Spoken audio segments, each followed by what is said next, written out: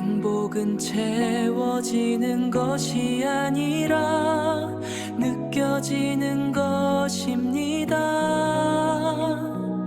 행복은 채워지는 것이 아니라 느껴지는 것입니다. 미국과 이스라엘 연합군과 이란의 전쟁의 영향으로 호르무즈 해협이 봉쇄되면서 국제 유가가 한때 배럴당 102.9달러까지 치솟아 올랐고 환율도 1,500원까지 급등하면서 세계의 경제를 뒤흔들었습니다. 미국과 이란의 1차 협상 이후 2차 협상의 가능성이 전해지면서 다시 유가와 환율이 하락하고 주식시장은 코스피 6,000선을 넘어서며 전쟁의 후유증을 벗어나고 있습니다. 대한민국의 대표 주식 중 하나인 SK하이닉스도 110만원을 넘어서며 사상 최고가를 갱신하였습니다. SK하이닉스는 영업이익이 250조 원을 달성할 것으로 예상하면서 초과이익 분배금의 재원을 10%로 추정할 때 내년 SK하이닉스 직원들이 받게 될 성과금이 1인당 5억 원 정도 받게 될 것으로 전문가에서는 추정하고 있습니다. 누가 봐도 부럽고 충격적인 성과금입니다. SK 직원들의 행복은 얼마나 갈까요?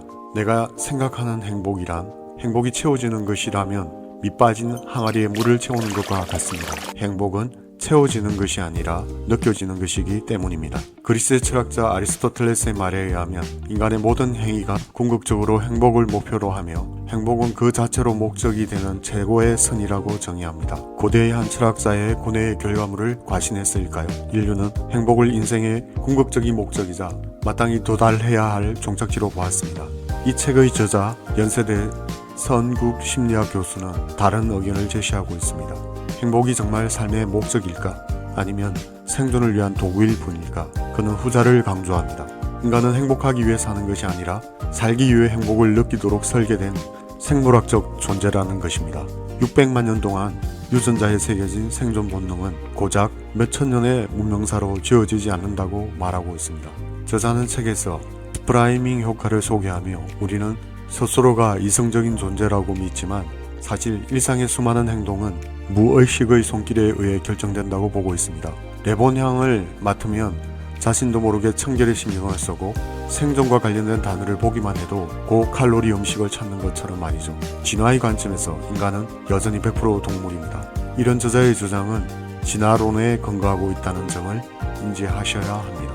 인간의 창의성이나 도덕성조차 진화의 과제를 해결하기 위한 도구일 수 있다고 저자는 보고 있습니다.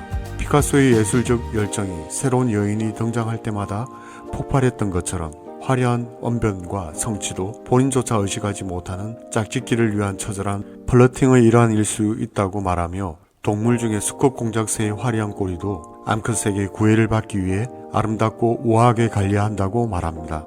결국 행복은 우리가 생존과 번식에 유리한 행동을 할 때 내가 주는 새우깡 같은 보상이라고 말하고 있습니다.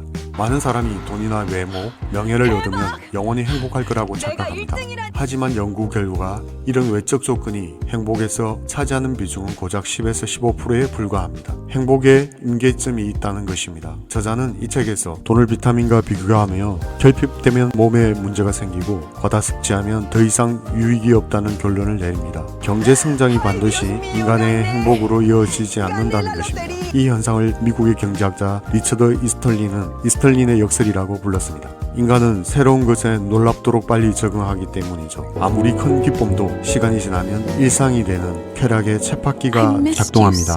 행복은 한 방이 아니고 아이스크림처럼 입에 닿는 순간 녹아내리는 속성을 가졌습니다. 모든 쾌락은 소멸하기에 우리는 다시 그 달콤함을 찾아 움직여야 생존할 수 있다고 말합니다. 결국 행복은 기쁨의 강도가 아니라 빈도인 것입니다. 크다란 기쁨 한 번보다 작은 기쁨을 여러 번 느끼는 것이 생존 전략상 훨씬 유리하다는 것입니다. 그렇다면 인간을 가장 행복하게 만드는 강력한 새우깡은 무엇일까요? 저자는 사람이라고 말합니다. 지구상에서 가장 성공적인 생존 변화를 쓴 개미와 인간의 공통점은 유별날 정도로 사회적이라는 점입니다. 혼자 하는 성진 파티가 허무한 이유는 우리가 뇌가 사회적 경험을 생존의 필수 조건으로 인식하기 때문입니다. 행복한 사람들은 하루의 72%를 다른 사람과 함께 보냅니다. 반대로 불행하다고 생각하는 사람은 혼자 보내는 시간이 더 많다는 것입니다. 행복은 결국 사회적 과제를 해결하고 공동체 안에서 살아남기 위해 존재하는 가장 정교한 생존 장치인 셈입니다. 하지만 여기서 우리는 멈춰 생각해야 합니다. 행복이 단지 생존을 위한 뇌의 합성 신호면 왜 인간은 생존에 불리한 자기 희생과 숭고함에서 더 큰 전율을 느낍니까? 왜 우리는 썩어 없어질 아이스크림 같은 쾌락이 아니라 영원한 것에 대한 갈망을 멈추지 못하는 것일까요? 제 개인적인 신앙과는 분명합니다. 성경 창세기는 행복을 뇌의 신호 그 이상으로 정의합니다. 하나님께서 세상을 창조하시고 보시기에 심히 좋았더라라고 하셨는데 이 좋았더라라는 고백이 바로 행복의 진짜 기원이라고 생각합니다. 진정한 행복은 내가 쥐어짜낸 일시적인 자극이 아니라 창조주의 설계와 피조물의 삶이 완벽하게 일치될 때 우리는 존재력적 조화를 이룹니다. 서은국 교수는 행복한 사람은 도인보다는 자연인의 모습에 가깝다라고 말합니다. 사랑하는 사람과 마주 앉아 맛있는 음식을 먹는 구체적인 즐거움, 그것이 행복의 본질이라는 것이죠. 하지만 우리는 쾌락이라는 새우깡을 쫓아 쳇바퀴를 도는 기계가 아닙니다. 우리는 하나님의 형상 안에서 그분과 동행할 때 가장 힘이 좋은 존재가 되도록 지원받았습니다. 세상의 아이스크림은 결국 녹아버리지만 창조주의 인식은 영원합니다. 오늘 당신이 나누는 따뜻한 식사와 대화 속에 단순한 생존 신호를 넘어서 창조의 기쁨이 깃들기를 바랍니다.